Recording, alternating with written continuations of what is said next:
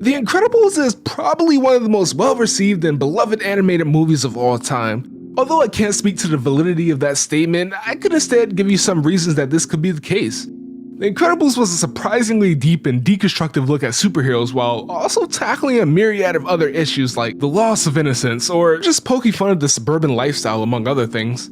As I said 100 times in other videos, smarter people have probably dissected this movie far better than I ever could. Now, I just want to bring some people up to speed on the very off chance that someone doesn't really know The Incredibles. Anyway, past that, a lot of the staff from the Iron Giant actually moved over to work on The Incredibles, and we all know that Iron Giant was great. Plus, this movie had amazing lasting appeal considering the state of movies nowadays. It perfectly slots itself into the culture that we see today. But with all this said, and with all the praise for the movie, it still took 14 long, arduous years for a sequel to come out. But what if I told you there was already a sequel long before The Incredibles 2 came out?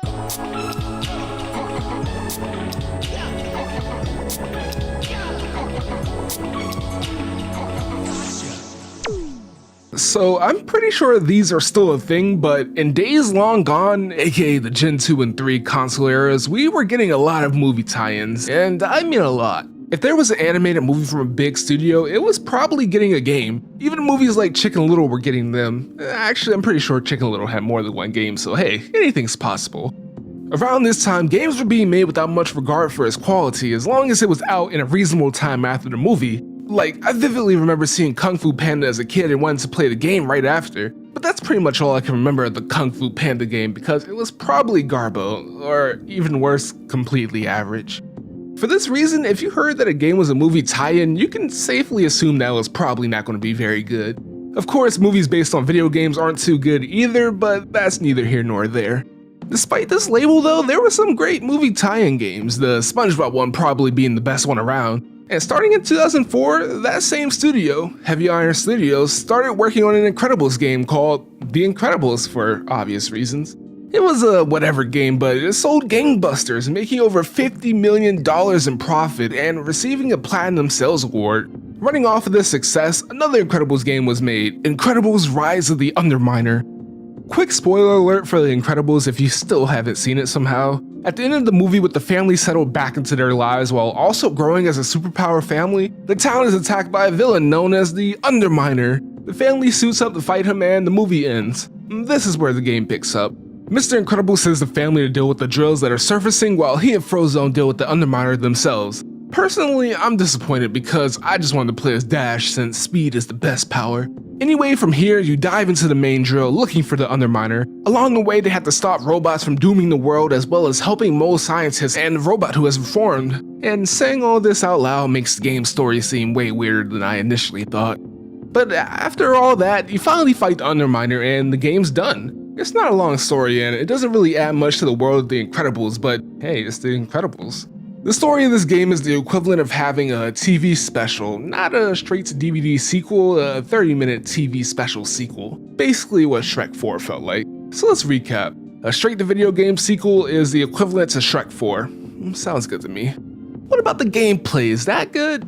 Well, I'm here to tell you that it's average to below average. It's a standard platform beat 'em up, but worse at times. The punching in this game carries no weight with it, so you can just mash attack and not feel anything. It really does feel like you're punching the soul of movie tie-in games, and in a genre where the weight of punches is everything, this is a death sentence. Now that I think about it, the combat feels exactly like fighting in the SpongeBob games. The difference is that those SpongeBob games didn't revolve around the combat and had a lot more going for it. Even if the fighting was good, it doesn't really matter since you can just cheese this game really hard, i.e. having a friend play Frozone. He has a freeze ray that freezes the enemy, which allows them to be insta-killed, either by jump attacks or by throwing them with Mr. Incredible. Speaking of throwing insta-kills anything that is hit by a thrown frozen object, so, go nuts. You can even upgrade the freeze ray to make things freeze faster, and you can upgrade Mr. Incredible's punches to one-shot frozen enemies, until you get the shield enemies, and then any sliver of fun you might have had stops. The devs laughed in the face of such silly concepts like variety and decided that changing things up just means slap some shields on the 3 enemies you've been fighting all game. And those shields are awful.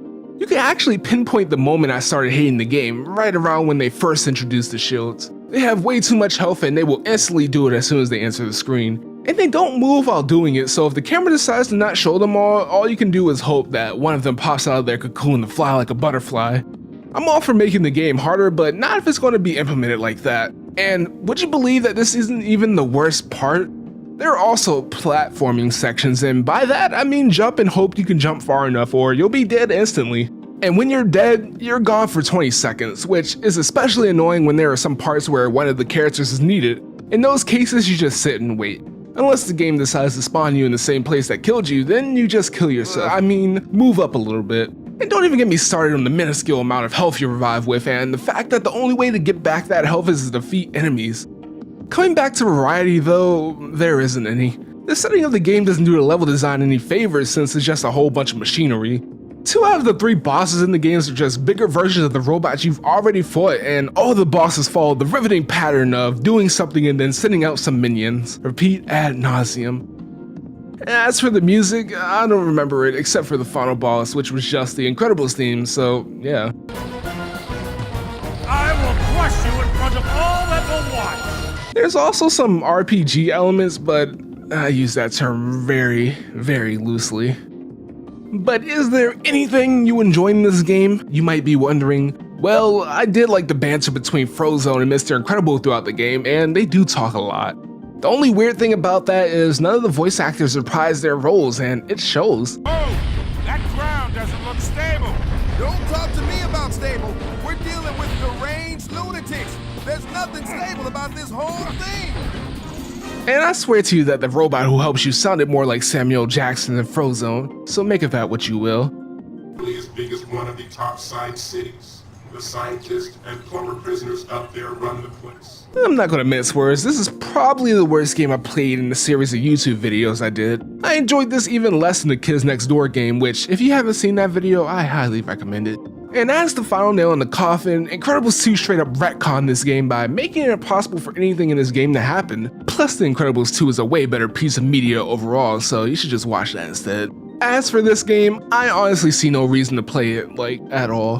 This was a forgotten game and for good reason. I guess that's all there is, so for now, make sure to like and subscribe if you enjoyed the video, but before you subject yourself to bad games, have a good day.